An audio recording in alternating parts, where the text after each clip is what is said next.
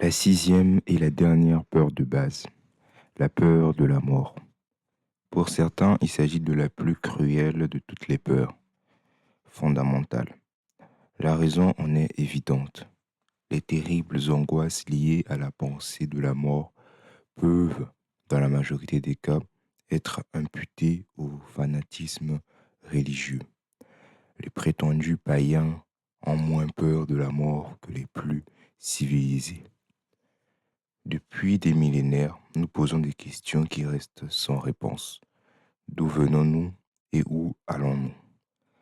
Au cours des périodes les plus sombres du passé, les plus rusés et les plus astucieux n'hésitaient pas à offrir la réponse à ces questions moyennant un certain prix. Entrez dans ma tente, embrassez ma foi, acceptez mes dogmes, et je vous donnerai un billet qui vous fera entrer directement au paradis. Quand vous mourrez, dit le chef religieux.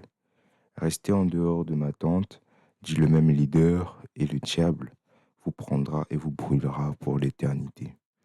La pensée de la punition éternelle détruit l'intérêt pour la vie et rend le bonheur impossible. Même si le leader religieux n'est pas en mesure de vous conduire au paradis ou de vous envoyer en enfer, l'éventualité de l'enfer semble terrible. La seule pensée de cette éventualité s'empare de l'imagination d'une manière si réaliste qu'elle paralyse la raison et fait naître la peur de la mort. La peur de la mort n'est plus aussi répandue aujourd'hui qu'à l'époque où les grandes écoles et les universités n'existaient pas. Les gens de science ont braqué les projecteurs de la vérité sur le monde, et cette vérité libère rapidement les hommes et les femmes de cette terrible peur. Les jeunes hommes et les jeunes femmes qui fréquentent les collèges et les universités ne sont pas facilement impressionnés par le feu et le soufre. Grâce à la connaissance, les peurs de l'âge des ténèbres qui s'emparaient des esprits ont été dissipées. Le monde entier n'est pas constitué que de 4 choses: le temps, l'espace, l'énergie et la matière. En physique élémentaire, nous apprenons que ni la matière ni l'énergie, les deux seules réalités connues de l'homme, ne peuvent être créées ou détruites. La matière et l'énergie peuvent être transformées, mais aucune ne peut être détruite. La vie est de l'énergie, si elle est quelque chose. Si ni l'énergie ni la matière ne peuvent être détruites, cela va de soi que la vie non plus. La vie, comme d'autres formes d'énergie, peut passer par divers processus de transition ou de changement, mais elle ne peut pas être détruite. La mort n'est qu'une transition. Et si la mort n'est pas un simple changement ou une transition, alors rien ne vient après la mort. La part est un long sommeil éternel et paisible. Et le sommeil n'est pas à craindre.